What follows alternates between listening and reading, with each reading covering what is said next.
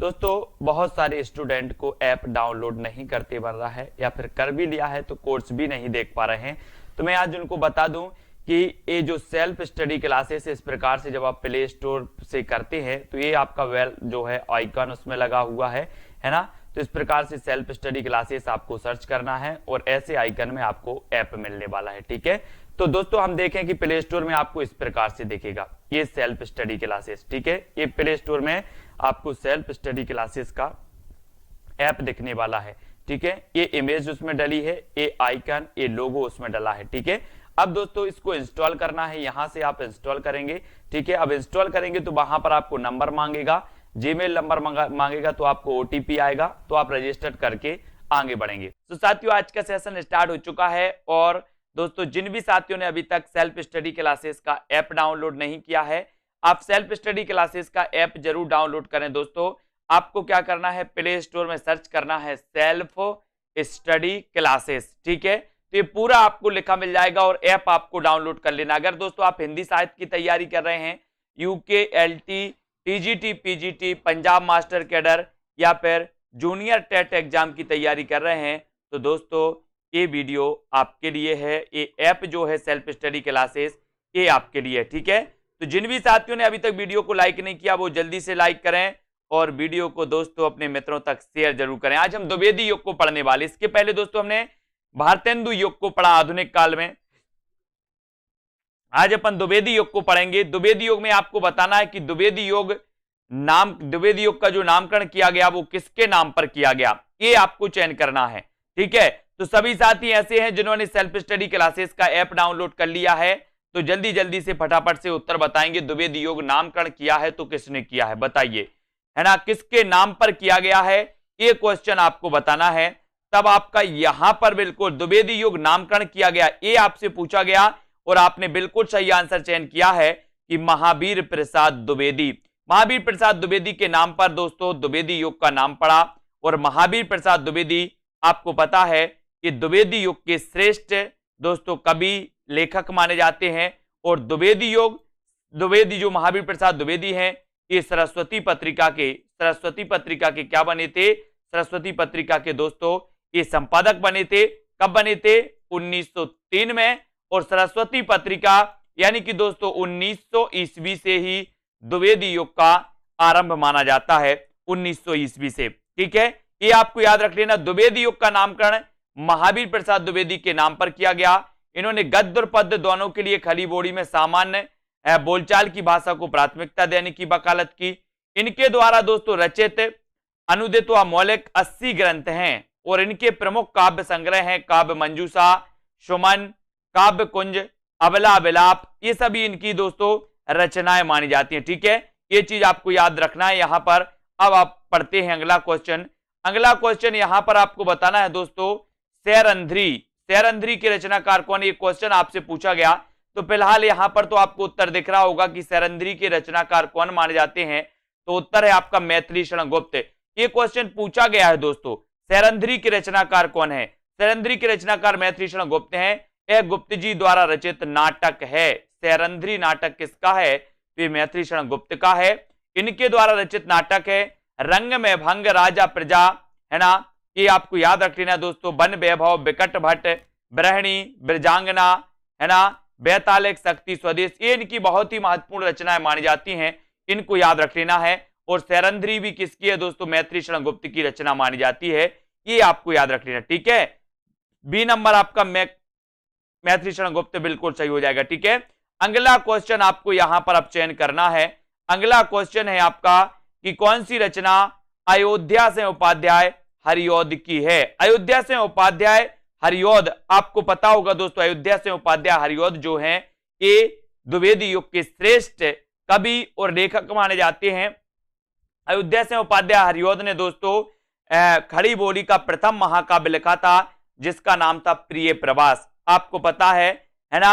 और आपसे अगर पूछा जाए कि खड़ी बोली का प्रथम महाकाव्य कौन सा है, तो प्रिय प्रवास, है ना। अयोध्या से उपाध्याय हरिऔध की रसकला कृष्ण शतक इनकी प्रथम रचना मानी जाती है, ये भी आपको याद रख लेना, कृष्ण शतक। ठीक है, तो यहां पर अयोध्या से उपाध्याय हरिऔध की रचना नहीं है, तो कौन सी नहीं है, यहां पर आपने बिल्कुल सही उत्तर बताया कि वैदेही वनवास तो इनकी रचना है। चुभते चौपदे भी इनकी रचना है, चौके चौपदे भी इनकी रचना है। कौन सी नहीं है? विचित्र विवाह है। विचित्र विवाह इनकी रचना नहीं मानी जाती और उत्तर चला जाता है ए की तरफ। अयोध्या सिंह उपाध्याय द्वारा रचित काव्य ग्रंथ है प्रिय प्रवास, हरिओद सत्सई, मर्म स्पर्श, है ना, कल्पलता, कृष्ण शतक, प्रेम प्रपंच, रसिक रहस्य, ये सारी की सारी मानी जाती हैं दोस्तों इनके, है ना। चौके चौपदे, पारिजात भी है, ठीक है, रस कलश भी इनका ग्रंथ है। ये हरिओद जी के ग्रंथ माने जाते हैं, इनको आपको याद रख लेना, ठीक है। हाँ, ये विचित्र विवाह है आपका, बिल्कुल सही है, ए नंबर। अगला क्वेश्चन आपको बताना है, द्विवेदी युग का वह साहित्यकार जिन्हें दोस्तों कविता, कामनी, कांत, भारतेंदु, प्रज्ञेंदु, साहित्य सुधाकर उपाधियों से विभूषित किया गया, तो वो बताना है कि वो कवि कौन सा है। 4 विकल्प है हमारे सामने, जल्दी से लिख बताना है आपको कि द्विवेदी युग का वह साहित्यकार कौन सा है जिसे कविता, कामनी, कांत कहा जाता है, जिसे भारतेंदु, प्रज्ञेंदु कहा जाता है, जिसे साहित्य सुधाकर कहा जाता है। 4 विकल्प हैं दोस्तों। पहला है नाथुराम शर्मा शंकर, दूसरा भारतेंदु हरिश्चंद्र, तीसरा रामधारी सिंह दिनकर और सूर्यकांत त्रिपाठी निराला। तो आपको पता है कि कविता, कामनी, कांत, भारतेंदु प्रज्ञेंदु, साहित्य सुधाकर आदि उपाधियों से जो सम्मानित किया गया वो किया गया नाथुराम शर्मा शंकर।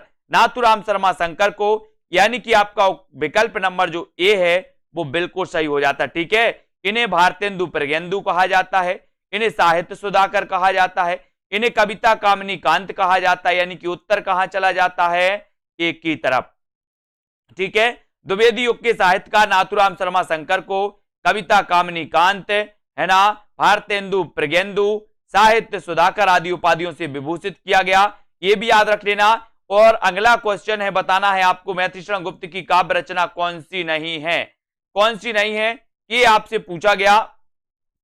तो दोस्तों यहां पर याद रख लेना, ये सिद्धराज है, हिडिंब है, जय भारत भी है, ये कृषक क्रंदन की रचना नहीं है, यानी कि आपका उत्तर डी की तरफ जाता है।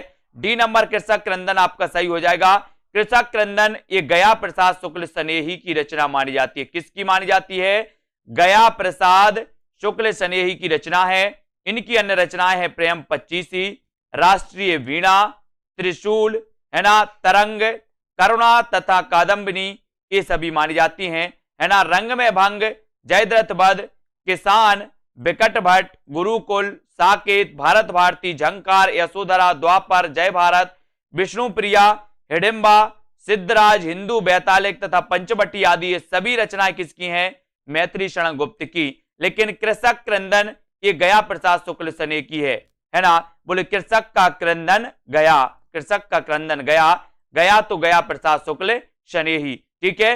अगला क्वेश्चन आपसे पूछा जाता है दोस्तों, अगला आपको बताना है कि मैथिलीशरण गुप्त की कौन सी रचना महाभारत संबंधी नहीं है।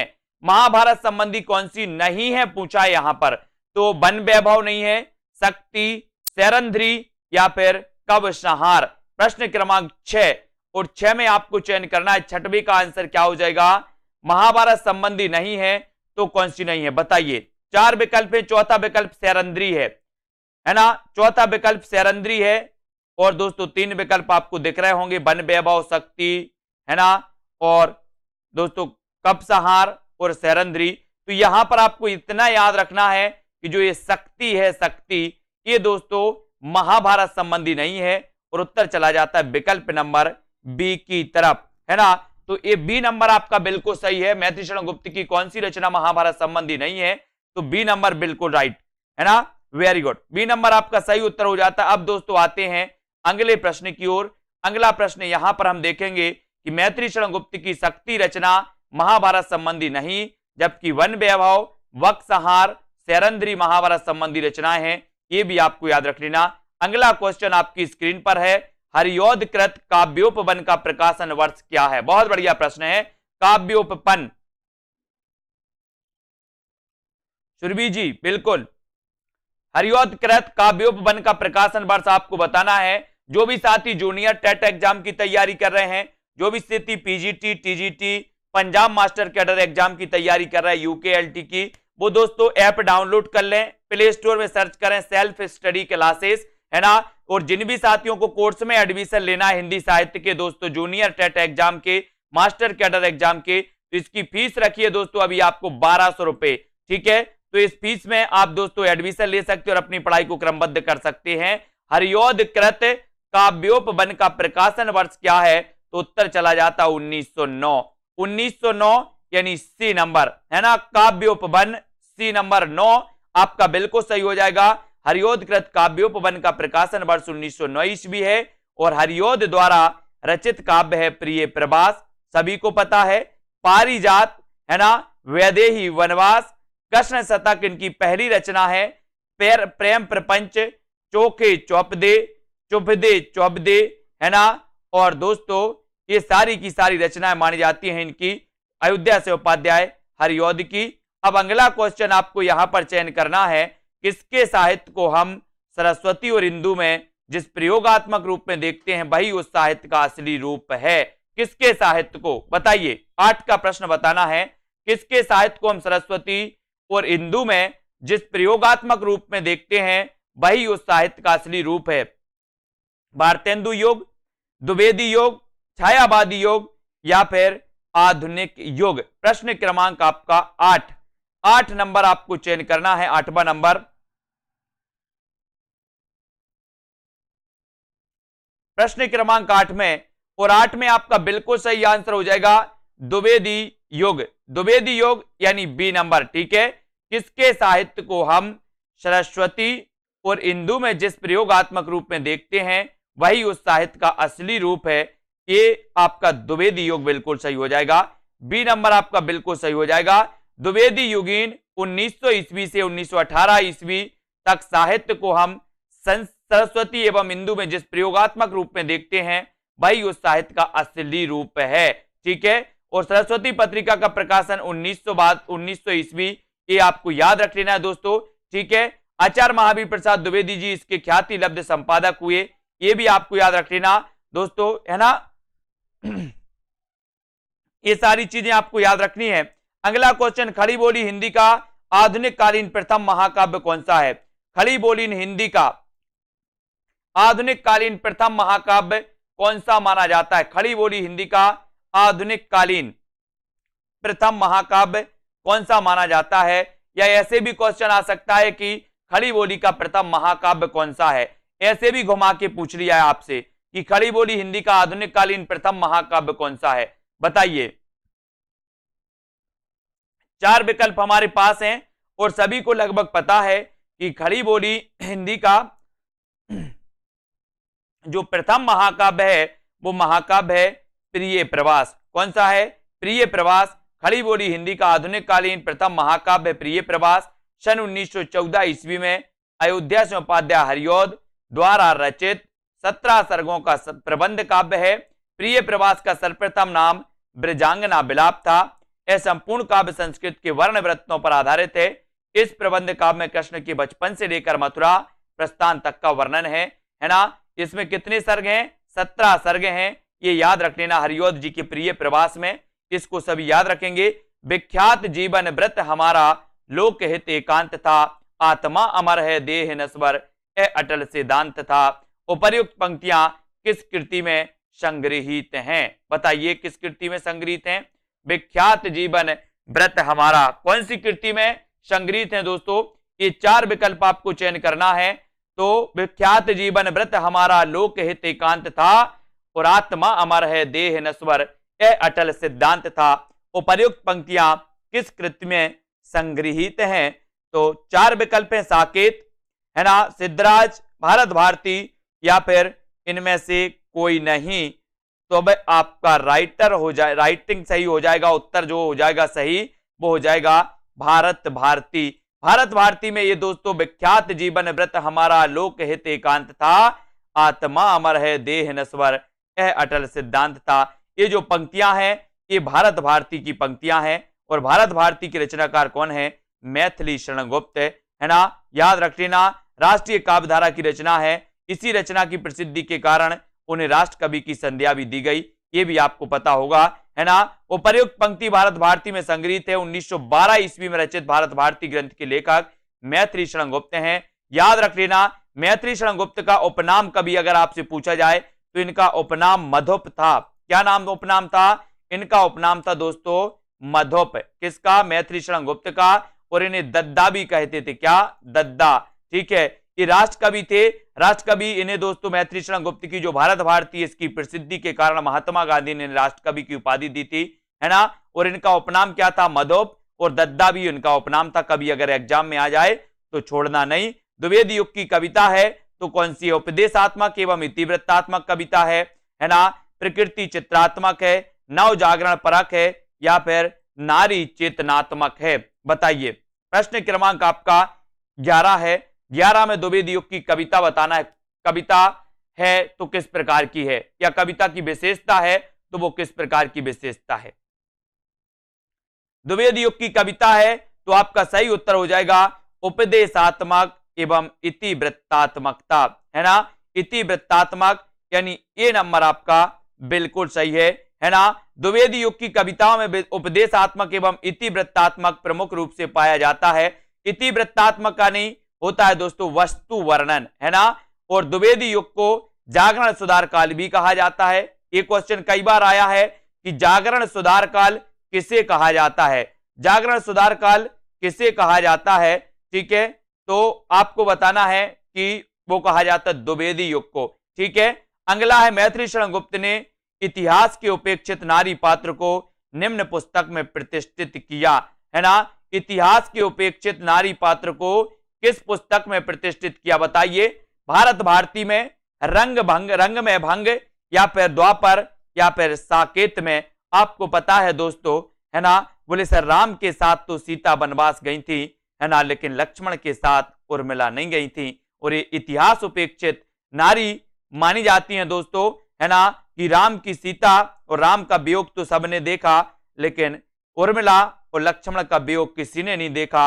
यानी कि इतिहास के उपेक्षित नारी पात्र को निम्न पुस्तक में प्रतिष्ठित किया गया, तो वो पुस्तक है साकेत, है ना। साकेत मैत्री शरण गुप्त जी का महाकाव्य है और ये राम काव्य पर आधारित महाकाव्य माना जाता है दोस्तों, याद रख लेना। और इसमें कितने सर्ग हैं? तो साकेत में 12 सर्ग हैं, ये भी आपको याद रख लेना। ठीक है, और मैत्री शरण गुप्त ने इतिहास की उपेक्षित नारी पात्र उर्मिला लक्ष्मण की पत्नी को साकेत नामक पुस्तक में प्रतिष्ठित किया। हिंदी साहित्य में रामचरितमानस के बाद राम काव्य का दूसरा स्तंभ मैत्री शरण गुप्त कृत साकेत है ना। और भारत भारती रंग में भंग, द्वापर, यशोधरा, पंचवटी, बिकट भट्ट, ये बिकट आया, बिकट भट्ट कई बार एग्जाम में पूछी गई ये रचना। झंकार, विष्णु प्रिया भी पूछी गई, किसकी रचना है? ये भी मैत्री शरण गुप्त की मानी जाती है ना। अब दोस्तों यहां पर आपको बताना है क्या हो जाएगा। द्विवेदी युग का एक और नाम है, तो क्या नाम है? बताइए। द्विवेदी युग का एक और क्या नाम है? संक्रांति काल इसे कहते हैं, संधि काल कहते हैं, गद्य काल, या फिर जागरण सुधार काल कहते हैं। द्विवेदी युग का एक अन्य नाम क्या है? प्रश्न क्रमांक 13 में आपको उत्तर चयन करना है। द्विवेदी युग का एक अन्य नाम आपको बताना है और उत्तर चला जाता है जागरण सुधार काल। जागरण सुधार काल यानी आपका जो सी नंबर है जागरण सुधार काल, वो बिल्कुल सही है। द्विवेदी युग का एक और नाम जागरण सुधार काल है। यह नाम डॉक्टर नगेंद्र द्वारा दिया गया, जबकि डॉक्टर रामकुमार वर्मा ने आदि काल को संधि काल या चारण काल नाम दिया, है ना। ये तो रामकुमार वर्मा की थी। आचार्य शुक्ल ने आधुनिक काल को गद्य काल कहा। एक क्वेश्चन भी कई बार आया है। ठीक है, अब दोस्तों यहां पर द्विवेदी युगीन साहित्य में किस प्रवृत्ति की प्रमुखता नहीं है? द्विवेदी युगीन साहित्य में किस प्रवृत्ति की प्रमुखता नहीं है? तो गद्यात्मकता की, काव्यात्मकता की, इतिवृत्तात्मकता की, या फिर वैचारिकता की? द्विवेदी युगीन साहित्य में किस प्रवृत्ति की प्रमुखता नहीं है? बताइए। द्विवेदी युगीन साहित्य में किस प्रवृत्ति की प्रमुखता नहीं है, ये उत्तर आपको बताना है। तो द्विवेदी युगीन साहित्य में किस प्रवृत्ति की प्रमुखता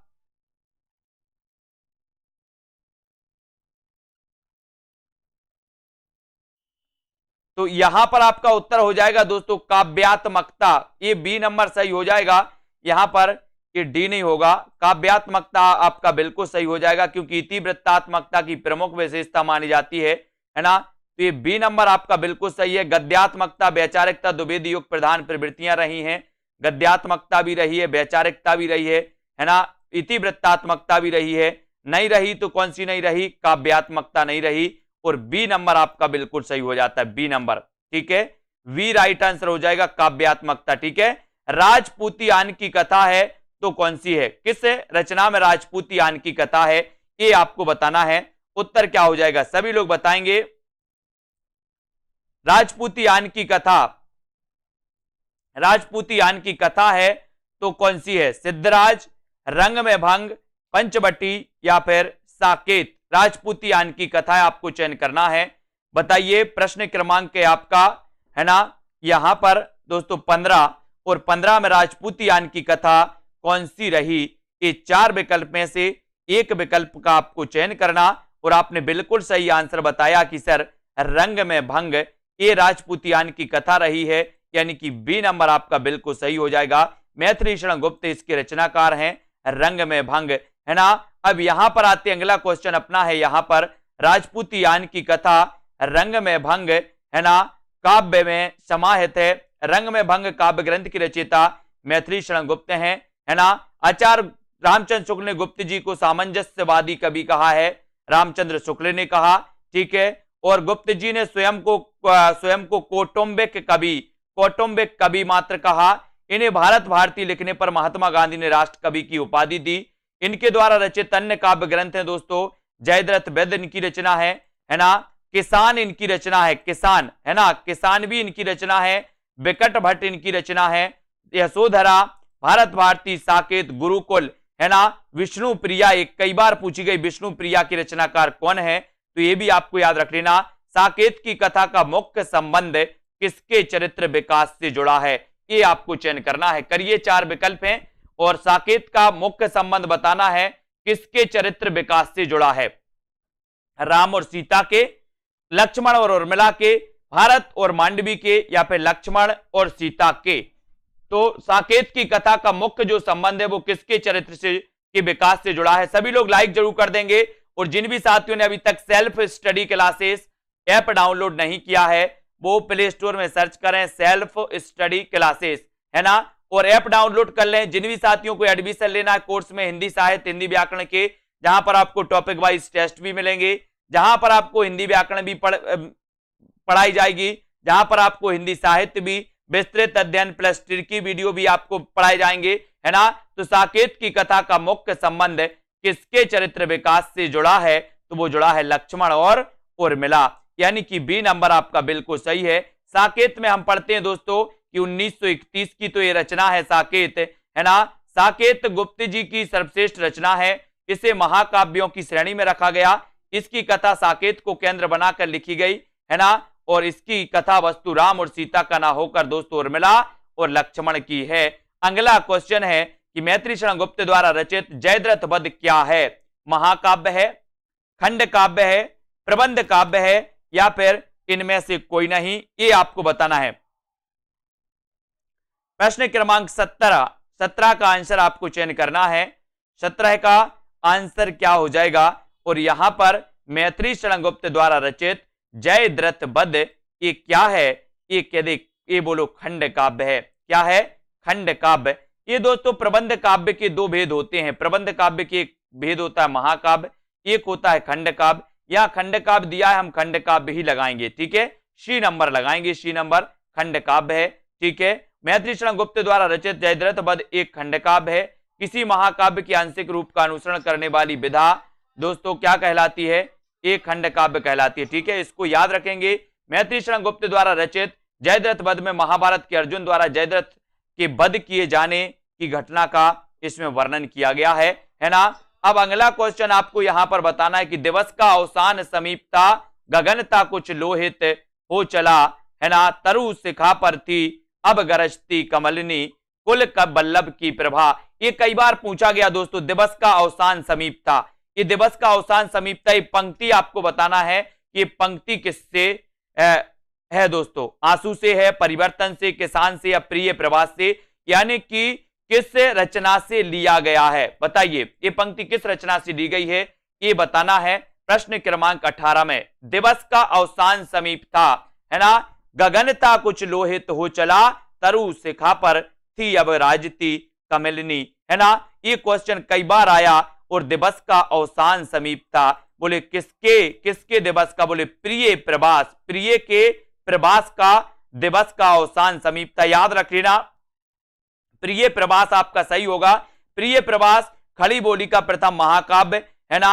इसमें 17 सर्ग हैं प्रिय प्रभास में, ये भी याद रख लेना। और ये दोस्तों किसकी रचना है? अयोध्या से उपाध्याय हरिऔध, है ना। उक्त काव्य पंक्तियों का संबंध दोस्तों द्विवेदी युग के श्रेष्ठ कवि माने जाते हैं अयोध्या से उपाध्याय हरिऔध, और इन्हें कवि सम्राट कहा जाता है। किसे, अगर आपसे कभी पूछा जाए कि कवि सम्राट किसे कहा जाता है, तो अयोध्या से उपाध्याय हरिऔध को। इन्होंने दोस्तों निःशुल्क नागरिक प्रचारणी सभा और साहित्य की सेवा के लिए इन्हें कवि सम्राट की उपाधि दी गई थी, है ना। 1914 ईस्वी में रचित प्रिय प्रभास 17 सर्ग इसमें माने जाते हैं। इसको आपको याद रख लेना दोस्तों। और यहां पर अगला क्वेश्चन आपको बताना है कि द्विवेदी जी ने किस भाषा को कविता के सिंहासन से उतारकर खड़ी बोली को प्रतिष्ठित करने में काफी योगदान दिया? तो बताइए, 4 विकल्प हैं, फारसी भाषा, संस्कृत भाषा, ब्रज भाषा या फिर पाली भाषा। किस भाषा को उतारकर दोस्तों खड़ी बोली को प्रतिष्ठित करने में काफी योगदान दिया? वो ऐसे दोस्तों कवि कौन थे, ऐसे लेखक कौन थे? तो वो लेखक कौन थे दोस्तों, ये भी आपको पता है कि वो महावीर प्रसाद द्विवेदी थे। लेकिन किस भाषा को उतारा था इन्होंने? तो ब्रज भाषा को दोस्तों सिंहासन से उतारकर, कविता के सिंहासन से उतारकर खड़ी बोली को प्रतिष्ठित करने वाले जो आचार्य थे वो द्विवेदी, है ना, आचार्य महावीर प्रसाद द्विवेदी थे। तो ये आपको याद रख लेना है कि द्विवेदी जी ने ब्रज भाषा को कविता के सिंहासन से उतारकर खड़ी बोली को प्रतिष्ठित करने में काफी योगदान दिया। Fort William college, Bharatendu Harishchandra तथा समकालीन साहित्यकारों के अतिरिक्त प्रयास से भारतेंदु युग तक खड़ी बोली गद्य, है ना, में प्रतिष्ठित हो गई थी दोस्तों। ये भी आपको याद रख लेना, ठीक है। अगले क्वेश्चन की ओर बढ़ेंगे। भाषा के रूप में स्थापित हो चुकी थी परंतु कविता की भाषा अब भी ब्रज भाषा ही बनी रही, है ना। चिरगांव किस कवि का जन्म स्थान है? चिरगांव जिला झांसी, बताइए, चिरगांव जिला झांसी किस कवि का जन्म स्थान है? माखनलाल चतुर्वेदी का, मैथिली शरण गुप्त, सुमित्रा कुमारी चौहान या फिर सुमित्रा नंदन पंत? चिरगांव किस कवि का जन्म स्थान है, ये आपको बताना है। प्रश्न क्रमांक है आपका 20 का आंसर आपको बताना है कि चिरगांव किस कवि का जन्म स्थान माना जाता है। माखनलाल चतुर्वेदी का तो नहीं है, किसका है बताइए। और उत्तर आपका बिल्कुल सही आंसर हो जाएगा कि सर चिरगांव जिला झांसी, चिरगांव में जन्म हुआ था राष्ट्र कवि मैथिली शरण गुप्त का, राष्ट्र कवि मैथिली शरण गुप्त का, जिनकी रचना भारत भारती के लिए 1912, ये दोस्तों 1912 की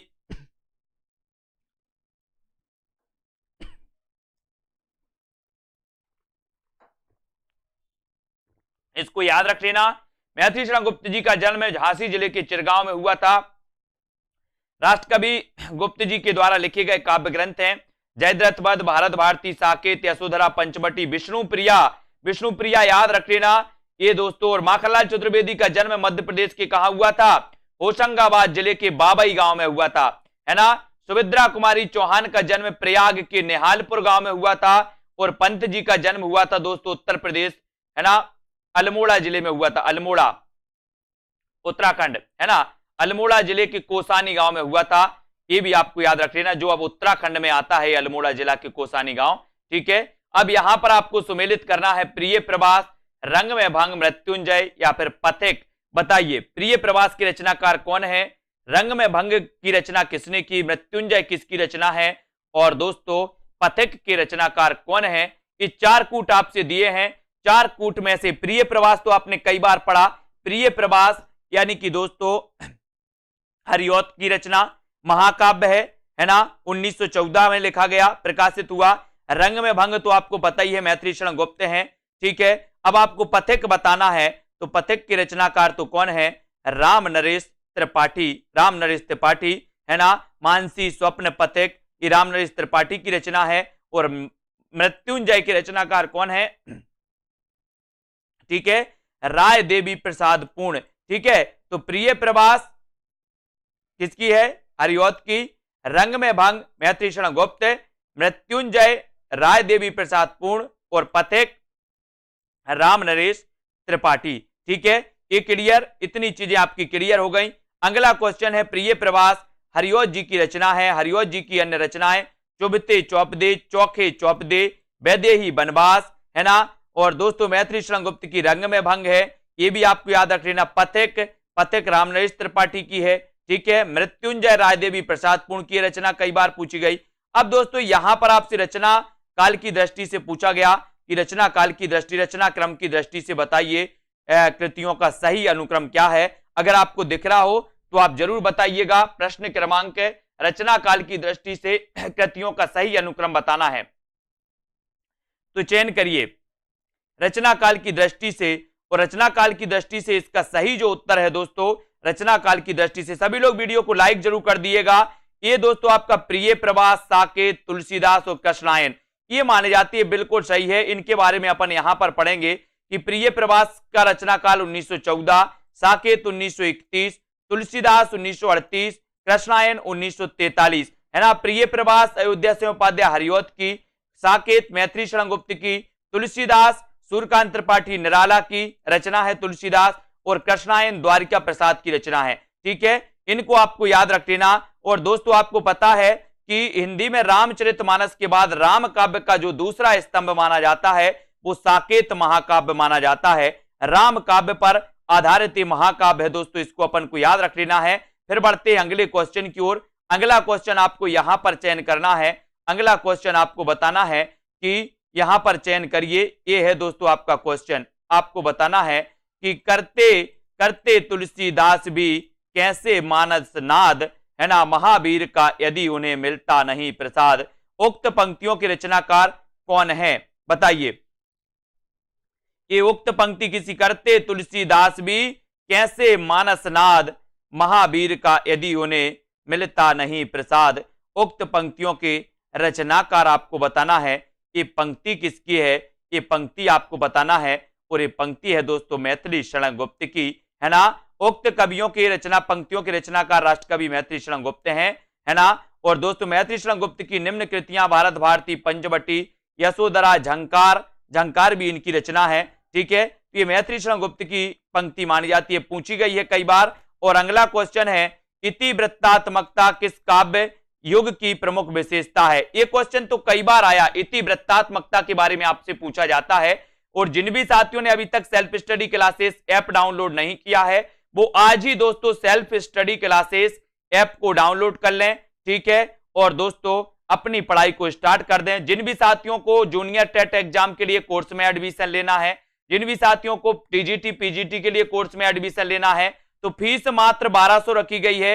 1 साल तक वैलिड रहेगा ये आपका कोर्स, है ना। तो आप अध्ययन कर सकते हो। इतिवृत्तात्मकता किस युग की प्रमुख विशेषता है, उत्तर चला जाता है द्विवेदी युग की, है ना। इतिवृत्तात्मकता मतलब होता है वस्तु वर्णन, है ना।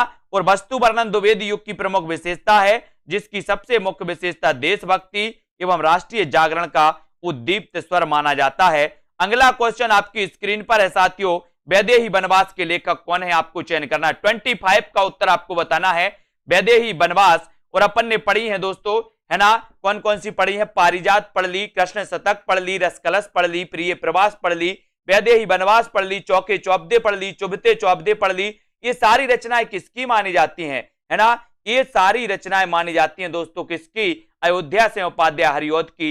इन्हें कवि सम्राट कहा जाता है, ये भी याद रख लेना, कवि सम्राट की उपाधि से सम्मानित किया गया इनके लिए। और दोस्तों अयोध्या से उपाध्याय हरिओत याद रख लेना, ये द्विवेदी युग के श्रेष्ठ कवि माने जाते हैं। इनकी वैदेही बनवास इनकी रचना है और कई बार पूछी भी गई है। आधुनिक हिंदी कविता में द्विवेदी युग का समय बताना है, द्विवेदी युग की सीमा बताना है। दोस्तों द्विवेदी युग का काल क्या था, इसका चयन आपको करना है। सभी लोग राइट जरूर कर देना, सभी लोगों को राइट जरूर करना है। ठीक है, और दोस्तों है ना, पूरा आपको राइट यहां पर करना है। ठीक है, तो आधुनिक हिंदी कविता में द्विवेदी युग का काल सीमा कब तक माना जाता है, ये उत्तर आपको बताना है। जल्दी से बताएं अनीता जी, एक ही प्रश्न में थोड़ी बैठे रहेंगे अपन लोग, है ना। बताइए आधुनिक हिंदी कविता में द्विवेदी युग का काल सीमा कब तक माना जाता है। जितना आपके लिए इंपॉर्टेंट होता है वो आपको बताया जाता है। ठीक है, और जिनको एक्स्ट्रा पढ़ना है वो बुक से भी पढ़ सकते हैं। आधुनिक हिंदी कविता में द्विवेदी युग का काल सीमा कब तक माना जाता है, तो वो माना जाता है 1900 से दोस्तों, यहां पर विकल्पानुसार जो है वो 1900 से 1918, वैसे 1900 से 1920 भी माना जाता है। याद रख लेना, क्योंकि 1918 से छायावाद का उदय हो जाता है, इसलिए विकल्पानुसार अपन उत्तर लगाएंगे 1900 से 1918, यानी कि डी नंबर। ठीक है, इसको याद रख लेना। अगला क्वेश्चन, इनमें से कौन सा कवि द्विवेदी युग का है, ये प्रश्न क्रमांक 27 का आंसर बताना है। द्विवेदी युग का कवि कौन सा है, ये बताइए। बद्रीनारायण चौधरी प्रेमघन, राधा कृष्णदास, है ना, जसवंत सिंह, गया प्रसाद शुक्ल स्नेही। प्रश्न क्रमांक 27 बताइए, द्विवेदी युग का है तो कौन सा है, इनमें से कौन सा कवि द्विवेदी युग का है, ये आपको चयन करना है। तो द्विवेदी युग का कवि कौन सा है, बद्रीनारायण चौधरी प्रेमघन है क्या, है ना, राधा कृष्णदास है, जसवंत सिंह है, या फिर गया प्रसाद शुक्ल स्नेही। द्विवेदी युग का कवि कौन सा है, 4 विकल्प हैं। सेल्फ स्टडी क्लासेस ऐप जरूर डाउनलोड करना है आपको साथियों, है ना, और आपको विस्तृत अध्ययन पढ़ना है, ट्रिक से पढ़ना है, टॉपिक वाइज टेस्ट भी लगाना है। तो एक ही कोर्स में आपको ये सब कुछ मिलने वाला है। मात्र एक कोर्स आपको 1200 रुपए में दोस्तों एडमिशन इसमें आप ले सकते हो, कभी भी ले सकते हो। और द्विवेदी युग का कभी आपसे पूछा गया तो आपने बता दिया गया प्रसाद शुक्ल स्नेही, और उत्तर चला जाता है डी की तरफ। डी नंबर आपका बिल्कुल सही हो जाता है। ये द्विवेदी युग के कवि माने जाते हैं, कौन, गया प्रसाद शुक्ल स्नेही जी। इनको अपन को याद रख लेना है। और यहां पर दोस्तों याद रख लेना है, बद्रीनारायण चौधरी की बात करें तो इनका पूरा नाम था बद्रीनारायण चौधरी प्रेमघन, है ना। और दोस्तों आपको पता है कि ये प्रेमघन का जन्म हुआ था 1855 में, आपको पता होगा, है ना।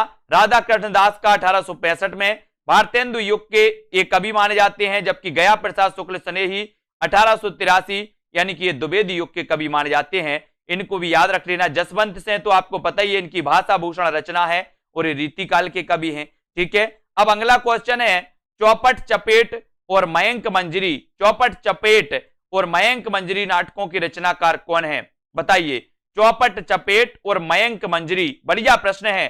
चौपट चपेट मयंक मंजरी नाटकों के रचनाकार आपको चयन करना है। किशोरी लाल गोस्वामी है, बाबू राम कृष्ण वर्मा है ना, या फिर मथुरा प्रसाद चौधरी, या फिर रूप नारायण पांडे हैं। तो चौपट चपेट और मयंक मंजरी के रचनाकार आपको बताना है। तो चौपट चपेट, बोले सर चपेटा खेलते हैं, किशोर किशोरियां चपेटा, आपने देखा होगा गांव में, है ना, एक खेल होता है चपेटा, है ना। तो चपेटा और मयंक मंजरी एक किशोरी लाल गोस्वामी जी के नाटक माने जाते हैं, और उत्तर चला जाता है आपका एक ही तरफ। ये नंबर आपका बिल्कुल सही हो जाता है। ठीक है, फिर अगला क्वेश्चन यहां पर आता है दोस्तों। अगला क्वेश्चन आपको बताना होता है कि द्विवेदी युग के सर्वश्रेष्ठ प्रगीतकार कौन माने जाते हैं। द्विवेदी युग के सर्वश्रेष्ठ प्रगीतकार कौन माने जाते हैं, रूप नारायण पांडे, लोचन प्रसाद पांडे, मुकुटधर पांडे, या फिर इनमें से कोई नहीं। द्विवेदी युग के सर्वश्रेष्ठ बताना है, द्विवेदी युग के सर्वश्रेष्ठ प्रगीतकार कौन माने जाते हैं। प्रश्न क्रमांक 29 और 29 द्विवेदी युग के दोस्तों सर्वश्रेष्ठ प्रगीतकार माने जाते हैं मुकुटधर पांडे। कौन माने जाते हैं, मुकुटधर पांडे, यानी कि आपका सी बिल्कुल सही है। और मुकुटधर पांडे को आचार्य रामचंद्र शुक्ल ने छायावाद का प्रवर्तक माना, है ना। मुकुटधर पांडे ने छायावाद शब्द का सबसे पहले प्रयोग किया। मुकुटधर पांडे ने स्वच्छंदतावाद शब्द का सबसे पहले प्रयोग किया। स्वच्छंदतावाद के प्रवर्तक माने जाते श्रीधर पाठक, लेकिन स्वच्छंदतावाद शब्द का सबसे पहले प्रयोग करने वाले जो हैं वो कौन है, मुकुटधर पांडे, है ना। और मुकुटधर पांडे द्विवेदी युग के सर्वश्रेष्ठ प्रगीतकार भी माने जाते हैं, ये चीज भी आपको याद रख लेना। और हिंदी साहित्य में द्विवेदी युग के सर्वश्रेष्ठ प्रगीतकार मुकुटधर पांडे माने जाते हैं। एक अर्थों में इन्हें छायावाद का जनक भी कहा जाता है। कानन कुसुम एवं पूजा के फूल इनकी प्रसिद्ध कृतियां हैं। रस कलश किसकी रचना है, ये उत्तर आपको बताना है दोस्तों, यानी कि रस कलश के रचनाकार कौन है, ये आपको चयन करना है। प्रश्न क्रमांक 30 का आंसर श्रीधर पाठक, अयोध्या से उपाध्याय हरिऔध, गया प्रसाद शुक्ल स्नेही, या फिर मैत्री शरण गुप्त। रस कलश किसकी रचना है, ये सभी लोग आंसर बताना है। कुरैशी जी बताइए, रस कलश के रचनाकार कौन है। आपको पता है कि कृष्ण शतक दोस्तों, कृष्ण शतक अयोध्या से उपाध्याय हरिऔध की पहली रचना मानी जाती, कौन सी, कृष्ण शतक। और ये जो रस कलश है ये भी रचना किसकी है, अयोध्या से उपाध्याय हरिऔध की। इनकी रचना, ये रचनाएं दी है रस कलश की रचनाकार है ना, अयोध्या से उपाध्याय हरिऔध, गुणवंत हेमंत श्रीधर पाठक की, भारत भारती मैथिली शरण गुप्त, प्रेम पचेसी गया प्रसाद शुक्ल सनेही की है, हरिऔध श्रीधर पाठक तथा मैथिली शरण गुप्त आदि ये द्विवेदी है ना मंडल के कवि माने जाते, द्विवेदी युग के कवि माने जाते। ठीक है, मैथिली शरण गुप्त की प्रतिभा का विकास सर्वाधिक किस साहित्य के रूप में देखने को मिलता है, ये बताना है दोस्तों। मैथिली शरण गुप्त की प्रतिभा का विकास सर्वाधिक किस साहित्य के रूप में देखने को मिलता है, ये आपको चयन करना है। सभी लोग आंसर चयन करेंगे और उत्तर आपका क्या हो जाएगा, उत्तर का आपको बताना है। और मैथिली शरण गुप्त की प्रतिभा का विकास सर्वाधिक किस साहित्य रूप में देखने को मिलता है, तो वो मिलता है प्रबंधकार के रूप में। प्रबंधकार के रूप में, यानी बी नंबर आपका बिल्कुल सही है, बी नंबर बिल्कुल सही हो जाएगा, प्रबंधकार के रूप में। इसको याद करेंगे, है ना। मैथिली शरण गुप्त की प्रतिभा का विकास सर्वाधिक प्रबंधकार के रूप में हिंदी साहित्य में देखने को मिलता है। ठीक है, रंग में भंग 1909, जयद्रथ वध, किसान, विकट भट्ट, गुरुकुल, साकेत, भारत भारती, झंकार, यशोधरा, द्वापर, जय भारत, पंचवटी, हिडिंबा, विष्णु प्रिया, इस सारी की सारी रचनाएं कुछ की मानी जाती हैं, मैथिली शरण गुप्त की। इन रचनाओं को याद करना है दोस्तों। मैथिली शरण गुप्त की कौन सी रचना नायिका प्रधान नहीं है, ऐसे भी क्वेश्चन आते हैं, नायिका प्रधान कौन सी रचना नहीं है, ये आपको बताना है। पंचवटी नहीं है, विष्णु प्रिया नहीं है, या फिर यशोधरा या साकेत नहीं है। इसका उत्तर सभी लोग बताएंगे, चयन करें सभी लोग, क्या हो जाएगा। मैथिली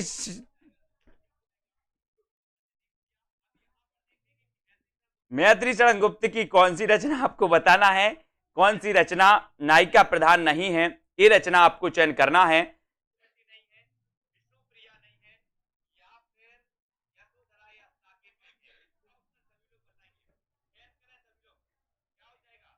तब आपका बिल्कुल सही है, मैथिली शरण गुप्त की कौन सी रचना नायिका प्रधान नहीं है, उत्तर सही है दोस्तों, पंचवटी। ठीक है,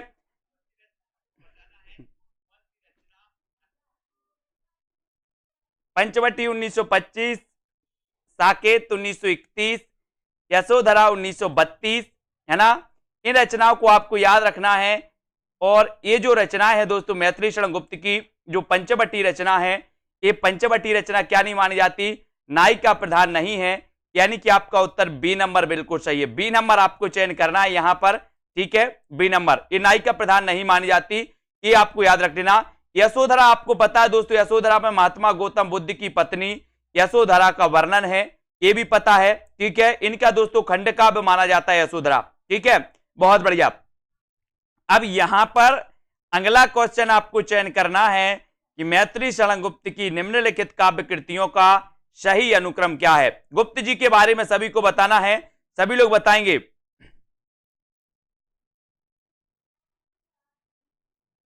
बताइए, मैथिली शरण गुप्त की काव्य कृतियों का सही अनुक्रम आपको चयन करना है, बताइए। हर्षदीप जी, सुरेंद्र अहिरवाल जी, रतन जी, सरोज जी, दारसू जी, खुरेसी जी, हाँ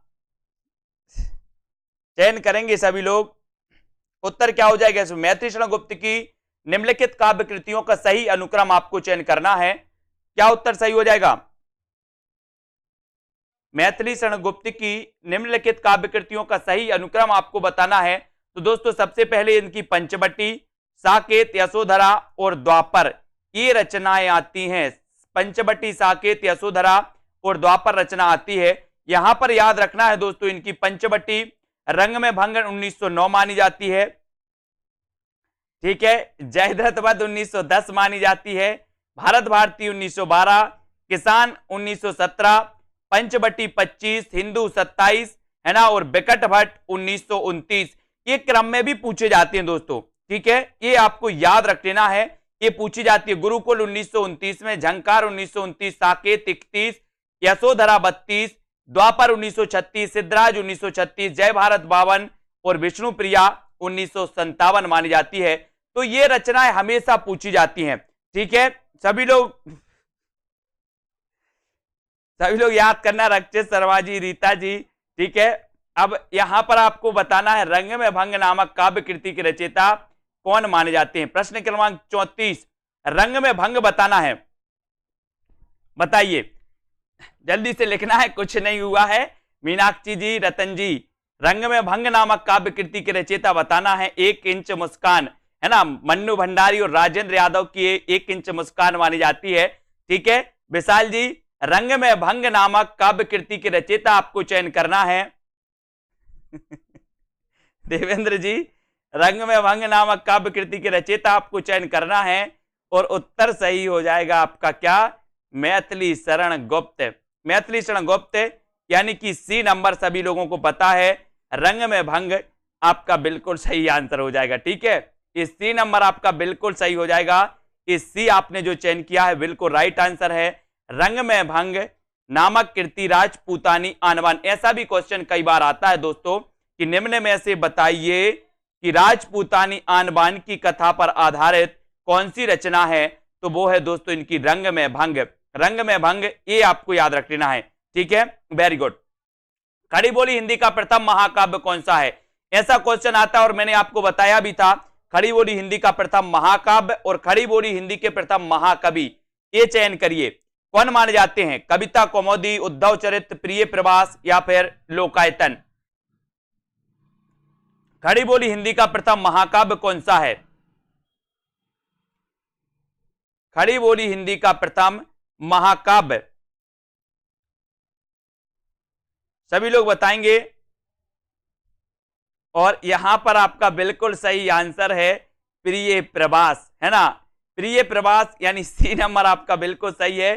ठीक है, कल्पना जी, ओम प्रकाश जी, हर्षवी जी, सी नंबर आपका। खड़ी बोली हिंदी का प्रथम महाकाव्य माना जाता है प्रिय प्रवास और खड़ी बोली हिंदी के प्रथम महाकवि माने जाते हैं दोस्तों, कौन माने जाते हैं महाकवि, अयोध्या से उपाध्याय हरिऔध। अयोध्या से उपाध्याय हरिऔध माने जाते हैं, ये चीज आपको याद रखनी। ठीक है, 1914 ईस्वी में अयोध्या से उपाध्याय हरिऔध द्वारा रचित प्रिय प्रवास हिंदी खड़ी बोली का प्रथम महाकाव्य है। और अगर आपसे क्वेश्चन पूछा जाए कि हिंदी खड़ी बोली के प्रथम महाकवि कौन है, तो महाकवि कौन होंगे जो महाकाव्य लिखेगा, यानी कि उत्तर कहां चला जाएगा, अयोध्या से उपाध्याय हरिऔध की तरफ। ठीक है, अगला क्वेश्चन आपकी स्क्रीन पर है, कौन सा काव्य ग्रंथ नहीं है। काव्य ग्रंथ कौन सा नहीं है, वैदेही वनवास, है ना, या फिर पथिक, भारत भारती या फिर रसक रंजन। कौन सा काव्य ग्रंथ नहीं है, ये आपको चयन करना है, कौन सा नहीं है बताइए। शिवानी सिंह जी, रीता जी, ज्योति जी, पार्टी होगी बिल्कुल, सभी को आमंत्रण सभी को जाएगा। कुरैशी जी, है ना,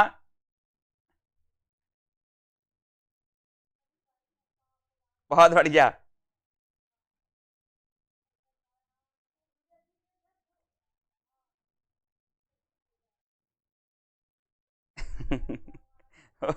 निम्न में से कौन सा काव्य ग्रंथ नहीं है, तो ये नहीं माना जाता रसक रंजन। कौन सा नहीं माना जाता, रसक रंजन, यानी सी नंबर आपका बिल्कुल सही है, सी आपका सही है। ठीक है, आप सभी लोग उत्तर देंगे, है ना, सी नंबर रसक रंजन आपका बिल्कुल सही हो जाएगा। ठीक है, अब यहां पर आते हैं, यहां पर आते दोस्तों, रसक रंजन काव्य ग्रंथ नहीं है, तो ये भारत भारती राष्ट्रकवि मैथिली शरण गुप्त द्वारा 1912 में रचित काव्य ग्रंथ भारत भारती है। ठीक है, जिसमें गुप्त जी ने देश प्रेम एवं राष्ट्रीयता की स्वर दिया है और इसी कारण भारत भारती रचना को अंग्रेजी सरकार द्वारा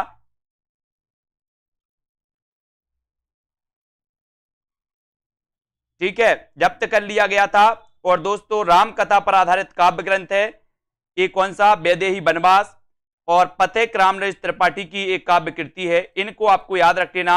बात कर लेते हैं दोस्तों, काहे कि अब आपको बात करना है साकेत महाकाव्य का सर्वाधिक मार्मिक सर्ग आपसे पूछा गया, तो ये उत्तर सभी लोग कमेंट में उत्तर बताएंगे अब। ठीक है, उत्तर आपको बताना है और भी दूसरे कमेंट आपके नहीं आने चाहिए अब। ठीक है, साकेत महाकाव्य का सर्वाधिक मार्मिक सर्ग क्या होता है, तो उत्तर चला जाता है, कौन सा है दोस्तों, नवम। नवम सर्ग होता है, नवम सर्ग ये जो है ये सर्वाधिक मार्मिक सर्ग माना जाता है और उत्तर आपका हो जाता है डी नंबर, डी नंबर। ठीक है, डी आपका बिल्कुल सही है।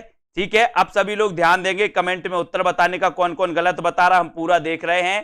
साकेत महाकाव्य सर्वाधिक मार्मिक नवम सर्ग माना जाता है साकेत का। ठीक है, साकेत महाकाव्य है और रामचरितमानस के बाद दोस्तों ये दूसरा महाकाव्य है, दूसरा महाकाव्य राम काव्य पर आधारित। ये भी आपको याद रख लेना, ठीक है, ये याद रखना है। और दोस्तों अयोध्या सिंह उपाध्याय हरिओ द्वारा लिखित काव्य ग्रंथ कौन सा है? अयोध्या सिंह उपाध्याय हरिओ द्वारा बताना है कौन सा है? पथिक है, कनुप्रिया, बासव दत्ता या फिर चौके चौपदे? अयोध्या सिंह उपाध्याय हरिओ द्वारा लिखित काव्य ग्रंथ कौन सा माना जाता है? सभी लोग बताएं।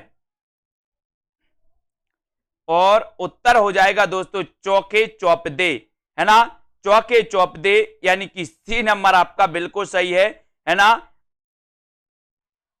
अयोध्या सिंह उपाध्याय हरिओ द्वारा लिखित काव्य ग्रंथ है तो वो ग्रंथ है चौके चौपदे, और सी आपका बिल्कुल सही हो जाता है। सी आपने जो बताया बिल्कुल राइट आंसर है, चौके चौपदे। रस कलश, वैदेही वनवास, चुभते चौबते, पद्म प्रसून, प्रिय प्रवास, ये सारी की सारी रचनाएं मानी जाती हैं दोस्तों। किसकी मानी जाती हैं? अयोध्या सिंह उपाध्याय हरिओद की। खड़ी बोली के प्रथम महाकवि कहे जाते हैं अयोध्या सिंह उपाध्याय हरिओद, इनको भी याद रखेंगे दोस्तों। अगला क्वेश्चन आपकी स्क्रीन पर आपको दिया जाता है कि द्विवेदी युग के संपूर्णतः प्रतिनिधि कवि हैं तो कौन है? द्विवेदी युग के संपूर्णतः प्रतिनिधि कवि कौन माने जाते हैं? ये प्रश्न क्रमांक 39 का उत्तर आपको बताना है। श्रीधर पाठक, हरिओद, मैथिली शरण गुप्त या फिर इनमें से कोई नहीं। द्विवेदी युग के संपूर्णता है, बताइए प्रतिनिधि कवि कौन माने जाते हैं? 4 विकल्प है दोस्तों। मैंने आज बताया था आपको कि द्विवेदी युग के जो माने जाते हैं संपूर्णतः प्रतिनिधि कवि वो माने जाते हैं कौन? कौन माने जाते हैं? मैथिली शरण गुप्त। मैथिली शरण गुप्त, यानी सी नंबर आपका मैथिली शरण गुप्त बिल्कुल सही हो जाएगा। मैथिली शरण गुप्त द्विवेदी युग के संपूर्णतः प्रतिनिधि कवि हैं, है ना। भारत भारती, साकेत, यशोधरा, पंचवटी, जय भारत, झंकार, द्वापर, जयद्रथ वध, है ना, ये सारी रचनाएं मानी जाती हैं दोस्तों। किसकी मानी जाती हैं? अपने मैथिली शरण गुप्त साहब की। अब आपको भारत भारती में किस भावना की रूपरेखा प्रस्तुत है, ये उत्तर आपको बताना है, बताइए। तो यहां पर सीधा सीधा है, भारत भारती में किस भावना की रूपरेखा प्रस्तुत है, तो आपका उत्तर हो जाता है राष्ट्रीय भावना। राष्ट्रीय भावना की रूपरेखा प्रस्तुत की गई है ना। तो उत्तर कौन सा होता है? विकल्प नंबर वी, ठीक है। भारत भारती 1912 इसका रचना काल, और इसी रचना के कारण, इसी रचना की राष्ट्रीय भावना के कारण दोस्तों जो है किसको? गुप्त जी को राष्ट्र कवि की उपाधि भी मिली थी महात्मा गांधी द्वारा, ठीक है, बिल्कुल सही, बहुत बढ़िया। अगला क्वेश्चन आपकी स्क्रीन पर है दोस्तों, रत्नाकृत गंगा उतरण। रत्नाकृत गंगा उतरण आपको बताना है किस छंद में लिखा गया है?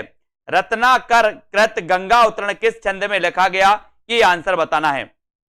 कभी कभी ऐसा भी क्वेश्चन आता है कि गंगा उतरण के रचनाकार कौन है, तो गंगा में अवतरण लेने वाला बोले सर रतन ही होगा कोई, ठीक है। तो ये 41 का आंसर बताना है। सभी लोग लाइक जरूर कर देना, और जिन भी साथियों को एडमिशन लेना है दोस्तों कोर्स में, वो एडमिशन लें, है ना। सेल्फ स्टडी क्लासेस आपको क्या करना है? प्ले स्टोर में सर्च करना है सेल्फ स्टडी क्लासेस, है ना, और दोस्तों लग जाना है अपनी पढ़ाई में। ऐप को डाउनलोड करिए, कोर्स में एडमिशन लेना है तो कोर्स में एडमिशन लीजिए, ठीक है, और अपनी तैयारी व्यवस्थित करिए, पढ़ाई करिए, जूनियर टेट वाले हों, है ना, या फिर दोस्तों अपने टीजीटी, पीजीटी, यूकेएलटी वाले या मास्टर कैडर वाले हों सभी। तो ये गंगा उतरण किस छंद में लिखा गया, ये आपसे पूछा गया, तो आपने लगाया है रोला। रोला यानी सी नंबर आपका बिल्कुल सही है। द्विवेदी युग के ब्रज भाषा के कवि जगन्नाथ दास रत्नाकर ने गंगा उतरण नामक काव्य ग्रंथ की रचना की, और ये किस छंद में की? रोला छंद में, ठीक है। इसके प्रत्येक चरण में 24 मात्राएं होती हैं, है ना, रोला में, ठीक है। अगला क्वेश्चन है, भक्ति काल में गृहस्थ जीवन का जैसा सुंदर चित्रण सूरदास में मिलता है, वैसा ही आधुनिक काल के किस कवि में यह मिलता है? बताइए किस कवि में मिलता है आधुनिक काल के? भक्ति काल में गृहस्थ जीवन का जैसा सुंदर चित्रण सूरदास में मिलता है, वैसा ही आधुनिक काल के किस कवि में यह मिलता है, ये आपको बताना है। 42 का आंसर बताना है, ठीक है। प्रयोगवाद के पूरे वीडियो आएंगे, सेकंड बैच का जो टेस्ट है प्रयोगवाद के आपको पूरे वीडियो पढ़ना है। 17 तारीख को सेकंड बैच का टेस्ट होगा, है ना। और भक्ति काल में गृहस्थ जीवन का जैसा सुंदर चित्रण सूरदास में मिलता है, वैसा ही आधुनिक काल के किस कवि में मिलता है, तो वो कवि है दोस्तों कौन? मैथिली शरण गुप्त, है ना, मैथिली शरण गुप्त, यानी कि उत्तर चला जाता है डी की ओर, ठीक है। द्विवेदी युगीन जो मैत्री शरण गुप्त जी हैं दोस्तों, है ना, इनकी रचनाओं में भी भक्त सूरदास की भांति ग्रस्त जीवन का सुंदर वर्णन मिलता है। इसको आपको याद रख लेना है ना। ये सारी की सारी रचनाएं तो आपको पता ही है दोस्तों मैत्री शरण गुप्त जी की। अगला क्वेश्चन आपकी स्क्रीन पर दिया गया है, आपको बताना है कि हिंदी भाषा के मानकीकरण की दृष्टि से कौन सा युग सर्वाधिक महत्वपूर्ण युग था। कौन सा युग था जो सबसे महत्वपूर्ण था हिंदी भाषा के मानकीकरण। आपने देखा होगा दोस्तों कि खड़ी बोली की जो पूर्ण प्रतिष्ठा हुई वो हुई कब हुई, द्विवेदी युग में, है ना। काव्य की रचना, काव्य की भाषा भी बन गई, है ना, और दोस्तों गद्य की भाषा भी बन गई, कौन सी, खड़ी बोली। आपने देखा होगा। तो यहां पर आपका बिल्कुल सही आंसर हो जाएगा कि हिंदी भाषा के मानकीकरण की दृष्टि से कौन सा युग सर्वाधिक महत्वपूर्ण युग था, तो वो युग था द्विवेदी युग। कौन सा युग था, द्विवेदी युग। और बी नंबर आपका द्विवेदी युग बिल्कुल सही हो जाता है, राइट हो जाता है, ठीक है। याद रखोगे हिंदी भाषा के मानकीकरण की दृष्टि से दोस्तों द्विवेदी युग सर्वाधिक महत्वपूर्ण युग था। इसका श्रेय पूरी तरह से आचार्य महावीर प्रसाद द्विवेदी को जाता है, सरस्वती पत्रिका को है।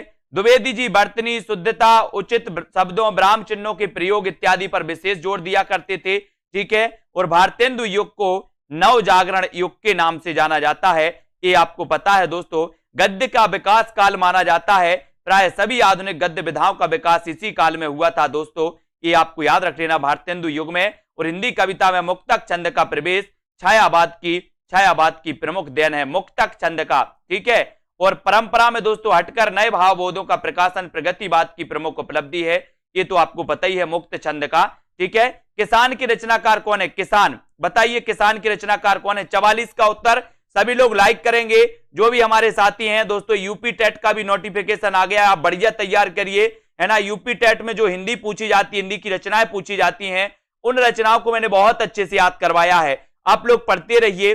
उन रचनाओं में दोस्तों किसान की रचनाकार आपको बताना है, तो किसान के रचनाकार माने जाते हैं कौन, बोले सर किसान मैथी बोता है। क्या बोता है गीतिका जी, मैथी बोता है, मैथी, है ना। तो मैथी से बनेगा मैथिली शरण गुप्त। किसान के रचनाकार हैं मैथिली शरण गुप्त, क्योंकि किसान मैथी बोता है तो मैथिली शरण गुप्त, यानी ये नंबर आपका बिल्कुल सही हो जाएगा, ये आपका सही है। रंग किसान, रंग में भंग, जयद्रथ वध, विकट भट्ट, है ना, पिलासी का युद्ध, गुरुकुल, साकेत, पंचवटी, सिद्धराज, ठीक है, यशोधरा, ये सारी रचनाएं मानी जाती हैं दोस्तों किसकी, मैथिली शरण गुप्त की। और ये द्विवेदी युग के कवि माने जाते हैं गुप्त जी। राष्ट्र कवि भी इन्हें कहा गया, और राष्ट्र कवि इन्हें दोस्तों इनकी प्रसिद्ध रचना 1912 में जो प्रकाशित हुई थी वो रचना, ठीक है, उसके कारण दोस्तों इन्हें प्रसिद्धि के कारण इन्हें राष्ट्र कवि की उपाधि दी थी। किसने दी थी राष्ट्र कवि की उपाधि, वो दी थी महात्मा गांधी जी ने, ठीक है। साकेत में कितने सर्ग हैं, बढ़िया प्रश्न है। साकेत दोस्तों 1931 का इसका रचना काल है ना। साकेत में बताना है इसका नवम सर्ग बड़ा मार्मिक सर्ग माना जाता है। उर्मिला और लक्ष्मण से संबंधित दोस्तों ये बहुत ही मार्मिक सर्ग है, इसको भी आपको याद रख लेना है। अब आपको बताना है, उत्तर बताना है कल्पना जी कि साकेत में कितने सर्ग हैं, ये उत्तर आपको चयन करना है। चयन करिए सभी लोग, साकेत में कितने सर्ग हैं ये आपको बताना है। 4 विकल्प हैं, 15, 11, 7 या फिर 12। तो आपको पता है कि सर अगर साकेत में पूछे हैं तो साकेत में 12 सर्ग हैं, अगर कामायनी में पूछा जाता तो 15 सर्ग हैं, अगर प्रिय प्रवास में पूछा जाता तो 17 सर्ग हैं, है ना, और रामचरितमानस में पूछा जाता तो 7 सर्ग हैं, है ना। ये हमेशा पूछे जाते हैं। कामायनी में 15 सर्ग, साकेत में 12 सर्ग, प्रिय प्रवास में 17 सर्ग, है ना, और रामचरितमानस में 7 सर्ग। ये क्वेश्चन आते हैं, हमेशा इनके लिए तैयार रहना है। और दोस्तों अगला क्वेश्चन है आपका कि खड़ी बोली का प्रथम महाकाव्य कौन सा है। बढ़िया प्रश्न है। अगर आपसे कभी महाकवि भी मैंने आपको बताया कि कभी खड़ी बोली का प्रथम महाकवि अगर पूछा जाए तो महाकवि के लिए भी रीनू जी, आकाश जी, विजय जी तैयार रहना है। और खड़ी बोली का प्रथम महाकाव्य कौन सा है ऐसा पूछा गया। जिन भी साथियों को दोस्तों एडमिशन लेना हिंदी साहित्य में आप ले सकते हो। मस्ती से पढ़ाएंगे, मजेदार तरीके से पढ़ाएंगे, कभी आपको नहीं लगेगा कि हम पढ़ाई कर रहे हैं। हंसते हंसते, है ना, और मुस्कुराते मुस्कुराते आपको बहुत सारी चीजें याद हो जाएंगी। आपको खुद पता नहीं चलेगा कि हिंदी साहित्य हो कितना याद गया है ना। खड़ी बोली का प्रथम महाकाव्य प्रिय प्रभास। प्रिय प्रभास बी नंबर। यहां तो केवल अपन प्रैक्टिस से पढ़ते हैं दोस्तों, टेस्ट लगाते हैं, पुस्तक से पढ़ते हैं, है ना। बाकी आपको बहुत अच्छे तरीके से पढ़ाया जाता है दोस्तों। कहां पर? ऐप में विस्तृत भी पढ़ाया जाता है, ट्रिक से भी पढ़ाया जाता है, सारी चीजें। प्रिय प्रभास को खड़ी बोली का प्रथम महाकाव्य माना जाता, इसके रचयिता हरिऔध, हरिऔध माने जाते हैं, है ना। ये भी याद रख लेना। साकेत महाकाव्य दोस्तों मैथिली शरण गुप्त का है। कामायनी महाकाव्य जयशंकर प्रसाद का है। और लोकायतन महाकाव्य के रचयिता भी कौन है? सुमित्रानंदन पंत, जिन्हें प्रकृति का चितेरा कवि कहा जाता है, जिन्हें दोस्तों जो है इनकी रचना जो पल्लव है, जिसे छायावाद का घोषणा पत्र कहा जाता है, पल्लव को छायावाद का मैनिफेस्टो कहा जाता है। अब अगला क्वेश्चन जो आपको बताना है वो क्वेश्चन यहां पर आता है कि क्षत्रिय उठो अब तो कुयस की कालीमा को मैट दो, है ना। निज देश को जीवन सहित तन मन धन, है ना, तथा धन भेंट दो। वैस्यो सुनो व्यापार सारा मिट चुका है, देश का सब धन विदेशी हर रहे हैं, पार है क्या किलेश का। ये उपर्युक्त पंक्तियों के रचनाकार कौन माने जाए? ऐसी कौन बात करेगा दोस्तों अंग्रेजों के समय, ऐसी कौन बात करेगा जिसमें दम होगी? जो राष्ट्र की दोस्तों राष्ट्र भावना से लिखेगा वो ही करेगा, है ना। तो राष्ट्र भावना से लिखने वाले जो कवि थे वो कवि थे कौन? कौन थे? मैथिली शरण गुप्त। यानी कि आपका उत्तर बी नंबर मैथिली शरण गुप्त बिल्कुल सही हो जाएगा। उपर्युक्त पंक्तियों के रचनाकार मैथिली शरण गुप्त जी। भारत भारती रंग में भंग विकट केल इनकी अन्य रचनाएं हैं तथा ये राष्ट्र कवि के पद पर आसीन है ना। ये तो बिल्कुल सही है, ठीक है। प्रिय की सुदिसी ए सरिताएं ए कानन कांतार, है ना। सुसज्जित में तो नहीं किंतु है मेरा हृदय किसी प्रियतम से परिचित, जिसके प्रेम पत्र आते हैं प्रायः सुख संवाद सन्निहित। उपर्युक्त काव्य पंक्तियां, ये काव्य पंक्तियां किस कवि की हैं बताइए? ये काव्य पंक्तियां आपको चयन करना है।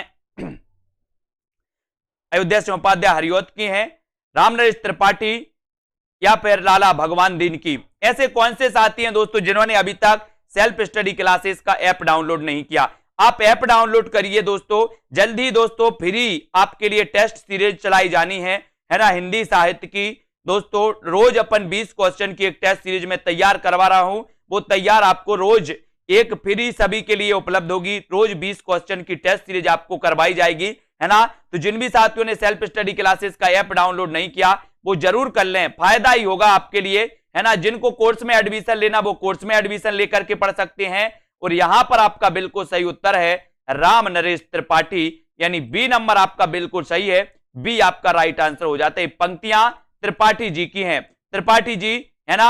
और त्रिपाठी जी की रचना ये आपको याद रख लेना, मिलन, सत्रा, पथिक, है ना, मानसी, स्वप्न और कविता कौमुदी। कविता कौमुदी भी आपको याद रख लेना। अभी तक आपने रचनाएं पढ़ी होंगी कि सर मिलन, मानसी, पथिक, स्वप्न, ये रचनाएं तो आपने पढ़ी हैं, लेकिन अब कविता कौमुदी भी आपको पता होनी चाहिए कि कविता कौमुदी भी दोस्तों रामनरेश त्रिपाठी की रचना मानी जाती है।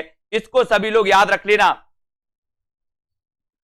ठीक है। तो मिलन, पथिक, है ना, मिलन, पथिक, मानसी, स्वप्न, है ना, और दोस्तों कविता कौमुदी। आपसे कई बार पूछा गया कि कविता कौमुदी के रचनाकार कौन है, तो कविता कौमुदी के रचनाकार राम नरेश त्रिपाठी, है ना।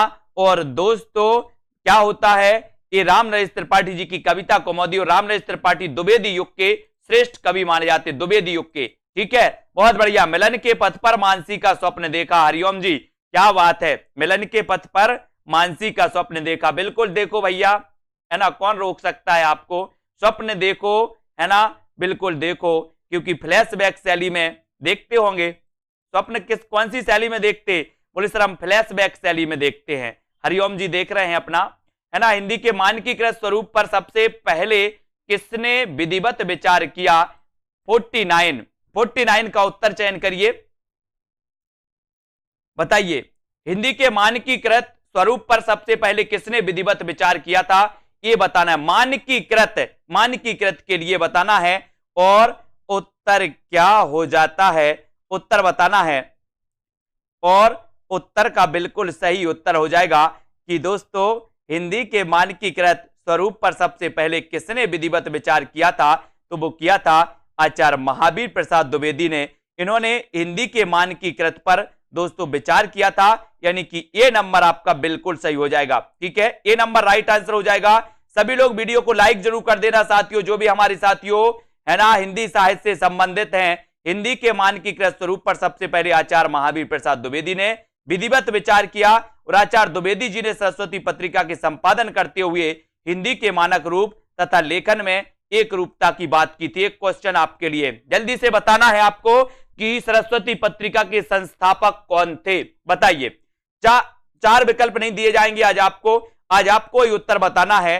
सरस्वती पत्रिका के संस्थापक कौन थे? थोड़ा सा आपसे कर लें, डिस्कशन कर लें, आज बहुत हो गया, आप लोगों ने बहुत हंसा है और हंसवाया भी बहुत है, तो बताइए क्या हो जाएगा राइट आंसर। सरस्वती पत्रिका के संस्थापक कौन थे?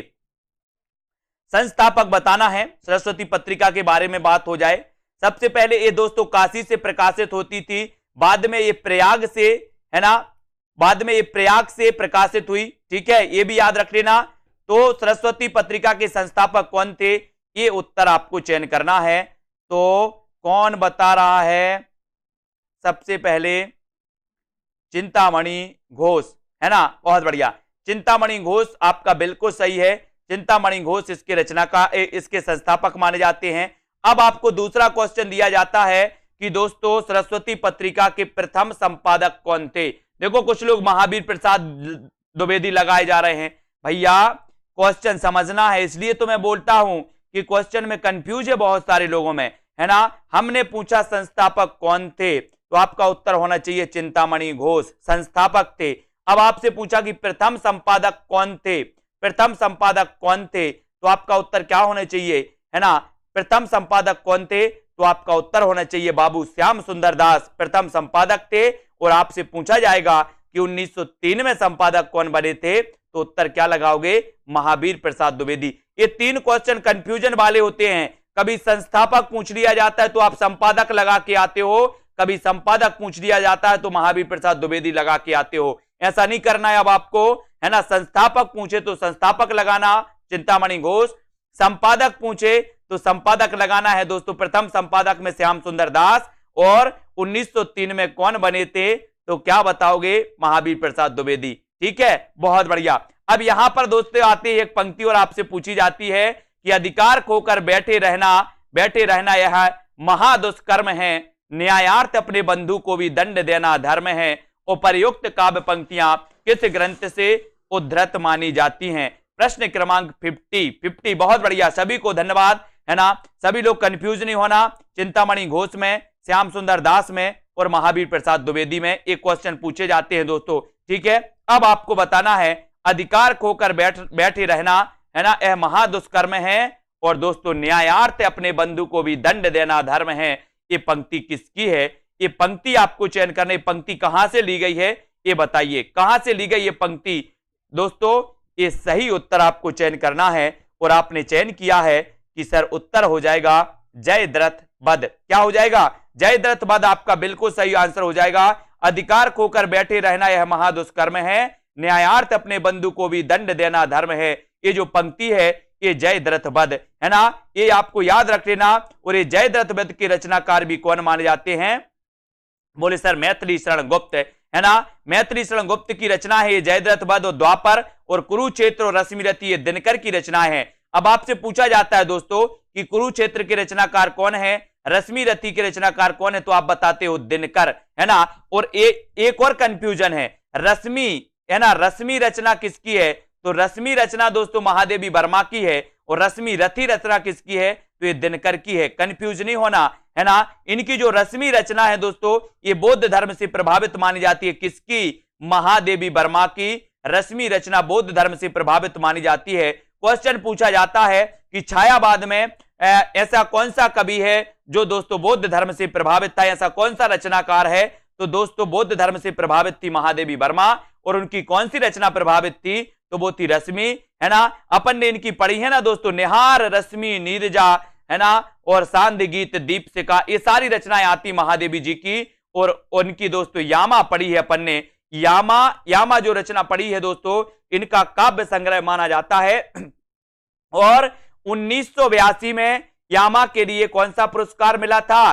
बोले सर एकमात्र महिला एकमात्र लेखिका जिन्हें कि दोस्तों किसी पुस्तक के लिए, किसी रचना के लिए ज्ञानपीठ पुरस्कार मिला था, तो वो लेखिका थी कौन सी थी? महादेवी वर्मा। कभी आपसे क्वेश्चन बनेगा कि हिंदी साहित्य में एकमात्र लेखिका जिन्हें कि किसी रचना के लिए ज्ञानपीठ पुरस्कार मिला, तो वो एकमात्र लेखिका थी महादेवी वर्मा, जिन्हें यामा के लिए मिला था 1982 में। सबसे पहले 1968 में मिला किसे?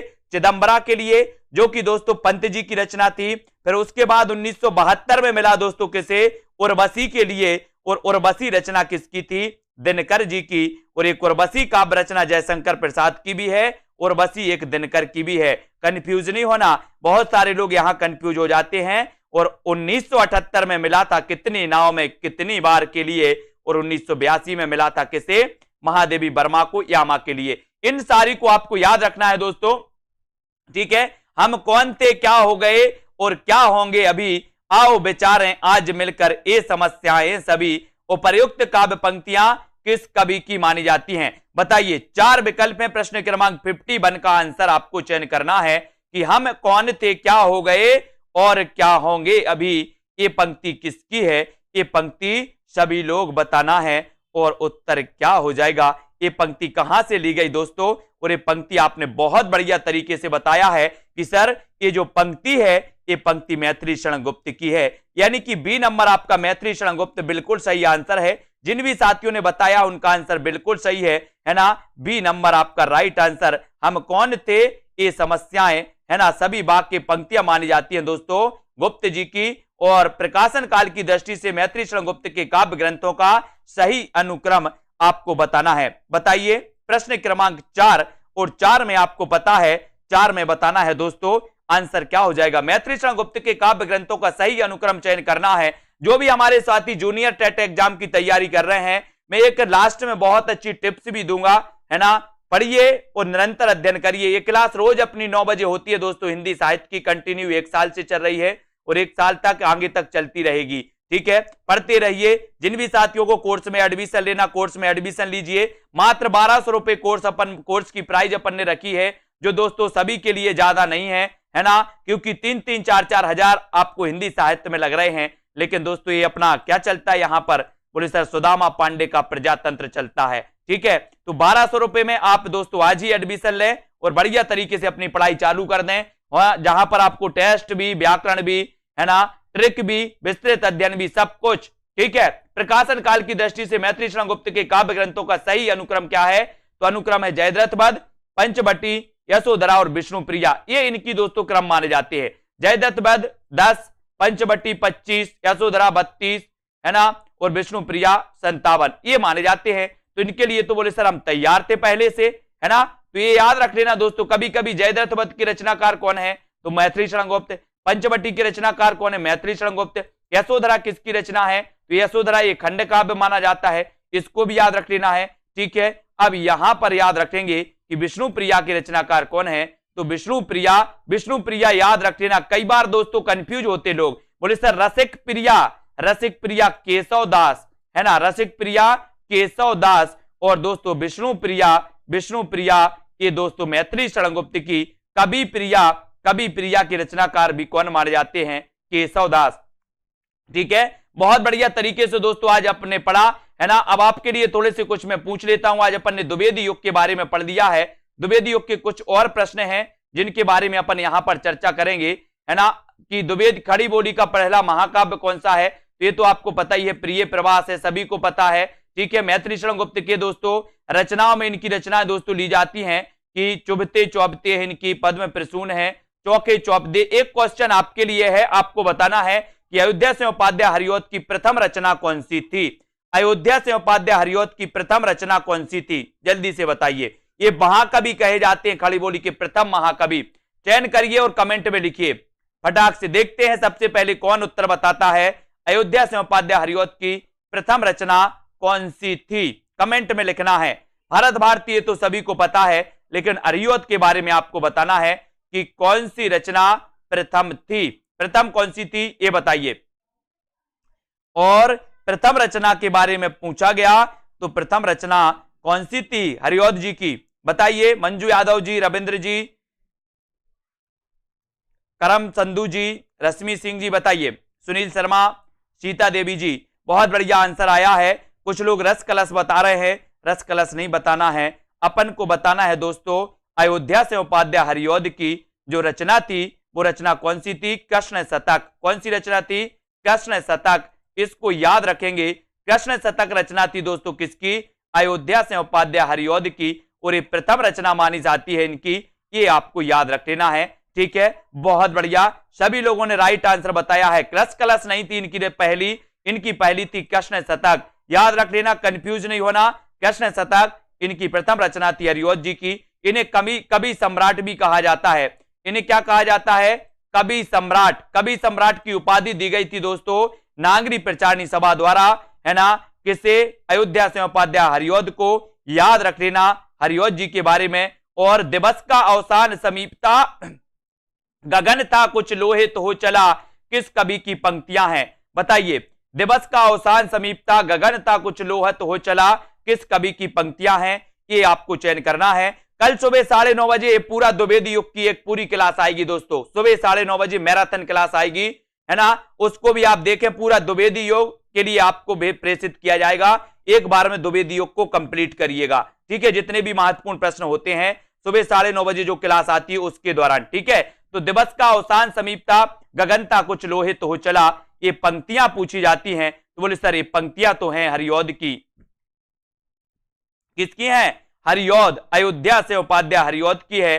दिवस का अवसान समीपता, गगनता कुछ लोहित हो चला, ये पंक्ति हरिऔध की है, और उत्तर हो जाता है ए नंबर। ठीक है, ये जिन्होंने बताया खड़ी बोली का प्रथम महाकाव्य। लेकिन दोस्तों इस प्रिय प्रवास के लिए रामचंद्र शुक्ल ने महाकाव्य नहीं माना, है ना, ये प्रिय प्रवास खड़ी बोली का प्रथम महाकाव्य। लेकिन अगर कभी आपसे पूछा जाए कि ये दोस्तों रामचंद्र शुक्ल ने इसे महाकाव्य नहीं माना, सभी लोग लाइक जरूर करेंगे। और दोस्तों ऐप जरूर डाउनलोड कर लें, सेल्फ स्टडी क्लासेस। ठीक है, आपको क्या करना है? आपको दोस्तों क्या करना है? प्ले स्टोर में सर्च कर लेना है सेल्फ स्टडी क्लासेस। ठीक है, तो आप सेल्फ स्टडी क्लासेस अगर डाउनलोड कर लेते हो तो दोस्तों आपके लिए कोर्स भी लॉन्च किया गया हिंदी साहित्य का, बहुत ही अच्छा, सबसे अच्छा कोर्स अभी तक आपको कहीं नहीं मिलेगा। ऐसा कोर्स दोस्तों सब तरीके से आपके लिए बहुत अच्छा रहेगा। दोस्तों बहुत सारे स्टूडेंट को ऐप डाउनलोड नहीं करते बन रहा है, या फिर कर भी लिया है तो कोर्स भी नहीं देख पा रहे हैं। तो मैं आज उनको बता दूं कि ये जो सेल्फ स्टडी क्लासेस इस प्रकार से जब आप प्ले स्टोर से करते हैं तो ये आपका वेल जो है आइकन उसमें लगा हुआ है ना, तो इस प्रकार से सेल्फ स्टडी क्लासेस आपको सर्च करना है और ऐसे आइकन में आपको ऐप मिलने वाला है। ठीक है, तो दोस्तों हम देखें कि प्ले स्टोर में आपको इस प्रकार से दिखेगा ये सेल्फ स्टडी क्लासेस। ठीक है, ये प्ले स्टोर में आपको सेल्फ स्टडी क्लासेस का ऐप दिखने वाला है। ठीक है, ये इमेज उसमें डली है, ये आइकन, ये लोगो उसमें डला है। ठीक है, अब दोस्तों इसको इंस्टॉल करना है, यहां से आप इंस्टॉल करेंगे। ठीक है, अब इंस्टॉल करेंगे तो वहां पर आपको नंबर मांगेगा, जीमेल नंबर मांगेगा, तो आपको ओटीपी आएगा, तो आप रजिस्टर करके आगे बढ़ेंगे।